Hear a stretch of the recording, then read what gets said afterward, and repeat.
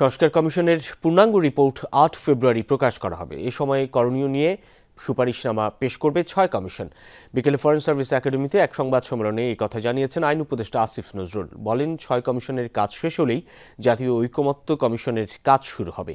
রাজনৈতিক দল ও পক্ষ শক্তির সাথে আলোচনা এবং সমঝোতার পর ফেব্রুয়ারি মাঝামাঝি জাতীয় ঐকমত্য কমিশনের প্রথম বৈঠক অনুষ্ঠিত হবে। আনুষ্ঠানিক বৈঠকে ফরেন সার্ভিস একাডেমিতে হবে বলেও জানান তিনি। বলেন, আলোচনা রমজান মাস পর্যন্ত চালিয়ে নেওয়া যাবে রাজনৈতিক দলগুলো রাজি থাকলে।